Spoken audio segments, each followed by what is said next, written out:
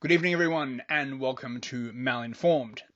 Tonight, the Ukraine-Russia dirty bomb controversy. Oh my god, this thing is just extremely detailed. This is going to be a long one. I will try and get through it. But over about the past 5 or so days, there has been a big kerfuffle between Russia, Ukraine, and NATO over the question of whether Ukraine would set off a dirty bomb and try and pin it on Russia. Russia has been all up in arms about this. NATO, of course, have been like, no, it's all bullshit. I mean, both sides are basically saying exactly what you would expect them to say. And, just before we begin, I'd like to make it very clear, I do not unequivocally trust either side in this conflict. The first casualty of war is the truth, and both sides are undoubtedly trying to control the narrative and use public-facing diplomacy efforts in order to advance their agenda. So, we started off the week, or the 22nd, which is about 5 days ago, with a whole bunch of news stories that essentially started saying that Russia might use a nuclear weapon. This had been building for about a week and a half, and it started coming up with stories like this. This is an interview with David Petraeus, who used to be high up in the US military. I don't know who he's working for now, but he was one of the US's point men on the Iraq War. And he's basically saying that, if Russia were to use a nuke, then the full force of NATO, nay, the world, would be on their doorstep and they would invade and they would just mess Russia up. And this basically kept building for a while.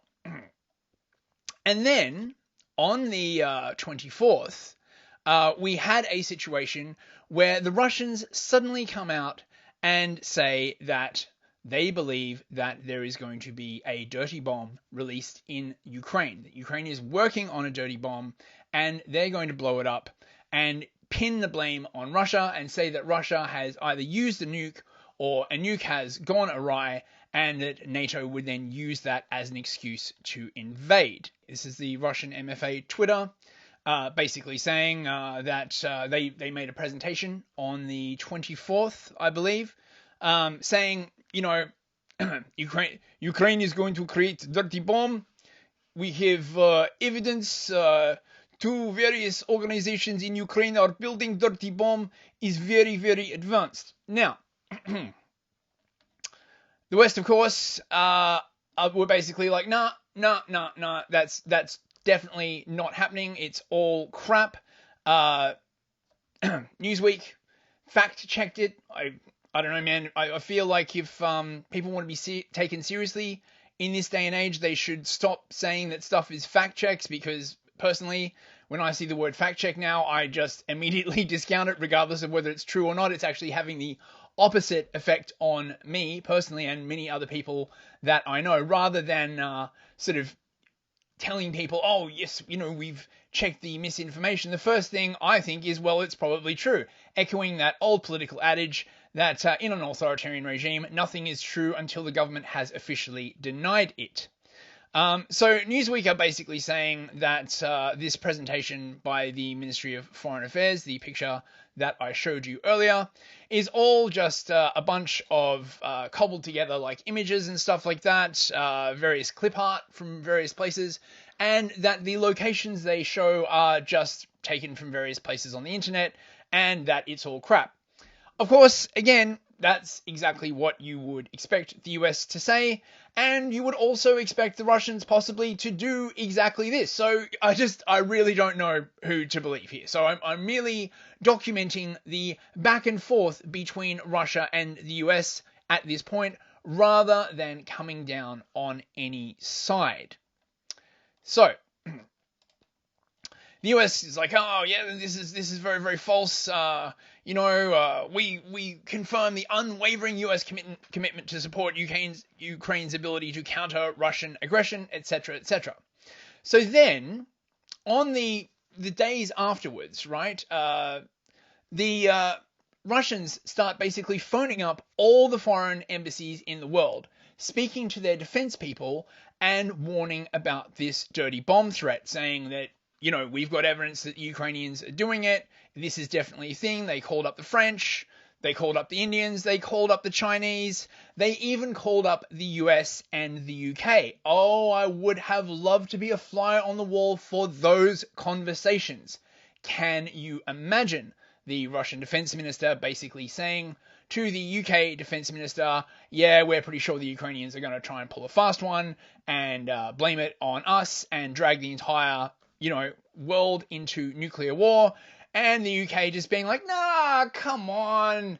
The Ukrainians wouldn't do anything like that. They're good. They're the good guys. Now, I just want to point out here that it is assumed that the West, the US and the UK, know exactly what the Ukrainians are doing. There's no suggestion that the Ukrainians might be trying to pull a fast one behind the back of the West, which is quite disturbing. And it either suggests that that Ukraine is now so totally owned by the West that in order for them to do anything sneaky would be impossible because the West is now totally integrated into their architecture, or is potentially a massive blind spot that the West thinks that Ukraine is not capable of any kind of independent action.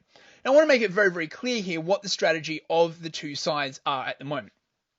The strategy of Russia is obviously to take the eastern and southern parts of Ukraine in order to secure a land bridge and to Crimea and to seal off the Sea of Azov to its immediate east, and to not attack any NATO countries and thus trigger a massive response from the rest of NATO. They want to do it sort of like quiet and slow and sneaky and just, try and stop a wider war breaking out, because it's not to their advantage, right? They've been having enough trouble just dealing with the Ukrainians, albeit backed by billions of dollars of Western arms. If the rest of NATO got involved, it would be a massive shit show.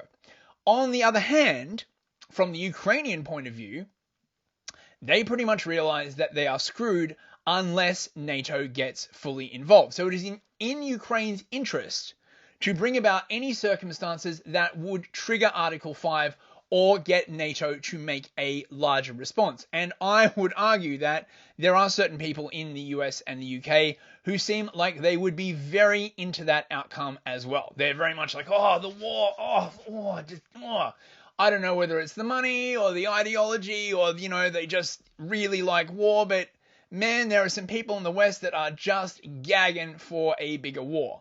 Personally, I would prefer not to have World War III. I know, I'm crazy like that. I'm just all like, oh, well, can't we give peace a chance? But more importantly, right, I don't want to live in the middle of a war, right? Like, London might be goddamn targeted by Russian nukes.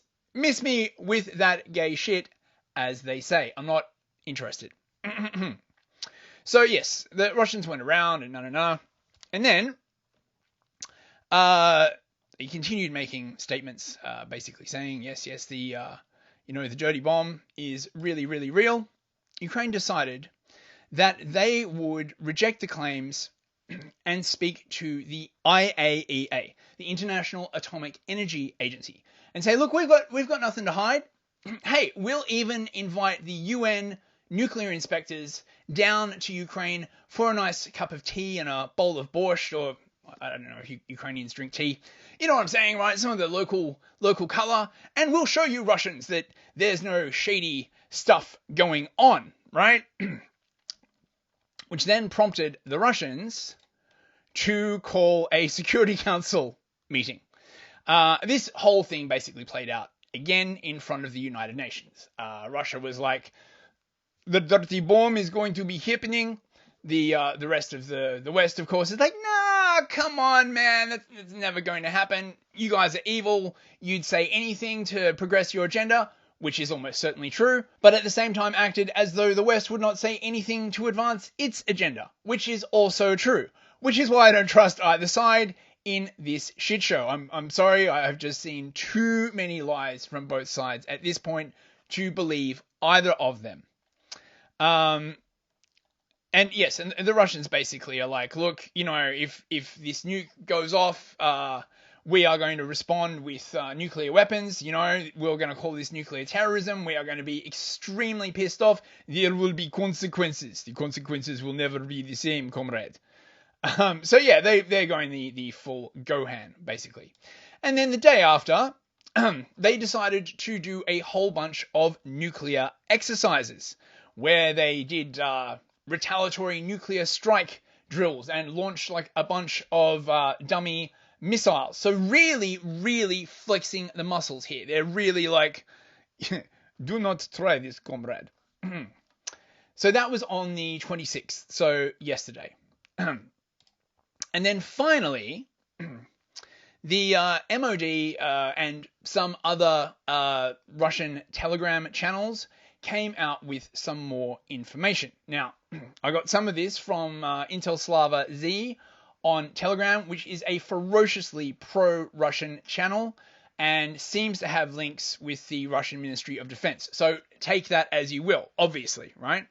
Now, they basically were saying, to sum up a whole bunch of posts, that they believed that the Ukrainians were going to harvest a whole bunch of spent fuel rods from their nuclear reactors, mock up a Russian missile using one of their own missiles, pack it full of radioactive material, launch it, and then shoot it down over the Chernobyl exclusion zone. Now, this is quite an interesting plan, right? Again, big if true. I don't know, right? If this was indeed the plan by the Ukrainians, quite interesting. If it was done over Chernobyl, not only would no one potentially get hurt, there would be no one around to film it. If it was near Chernobyl and the radiation detectors near Chernobyl picked it up, then the Ukrainians and the West could potentially say that Russia was endangering the entirety of Europe by targeting Chernobyl, or that there was like, a stray artillery strike. I mean, the possibilities are endless.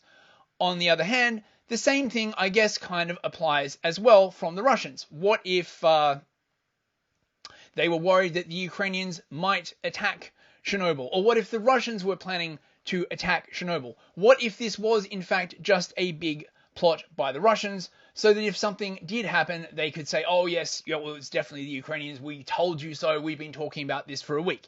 So this definitely seems to be the kind of general sort of thing. And then, of course, the Russians come out and say, on the 25th, a couple of days ago, oh yes, well, our warnings to UN seem to have worked. Kiev has now backed down from provocation attack, comrades. So basically, it's like Schrodinger's nuke, right? The thing never happened, and the Russians can now say, oh, well, the reason it never happened is because we warned you that it happened. So it's a self-fulfilling prophecy. The thing didn't happen because the thing we said that were going to happen didn't happen. I mean, it's impossible to know whether there's any truth to this at all or not. I mean, maybe not. So the Russians are now basically saying that due to them airing this plot, this subversive provocation plot. Russians really love the word provocation. You see it all the time in their official dispatches and stuff like that. Yes. They still say it's danger is still very high. Ukraine has opportunity and every reason to use it. Now, again, this is the thing. Ukraine does have a vested interest in sucking the rest of NATO into the Ukrainian war to its defense so that it gets massive backup, troops on the ground, all this kind of other stuff. Things are not looking great for the Ukrainians at the moment. I believe their last offensive has stalled and winter is creeping up. I believe it's already the muddy season, which makes advancement basically impossible. Once the ground gets hard in winter, you will be able to advance, but there will also be the bitter cold to contend with. And you may have the possibility that as winter progresses, wherever the line of contact is, it will harden and solidify there, and they will only really be able to resume proper hostilities in the spring, by which time the Russians will have had, the time and opportunity to build up defenses, border checks, all kinds of other stuff. So the Ukrainians may basically be of the opinion that this is the last chance to push the line, because wherever it winds up, once like winter properly sets in, that's where it's going to set. So anyway, if you enjoyed this analysis, please let me know. I forgot to do the whole like, share, and subscribe thing earlier on. But please like, share, and subscribe. If you are watching this on YouTube, please be aware that there's a whole bunch of other content of mine over on Odysee and Rumble that I don't even bother trying to put up on YouTube because I know they're going to hate it. If you're watching this on Rumble, we need to get to like 100 subs so that we can live stream. So I would really, really appreciate it if you could subscribe if you don't have an account. If you want to see, send me some coins, and I'll see you soon. Good night.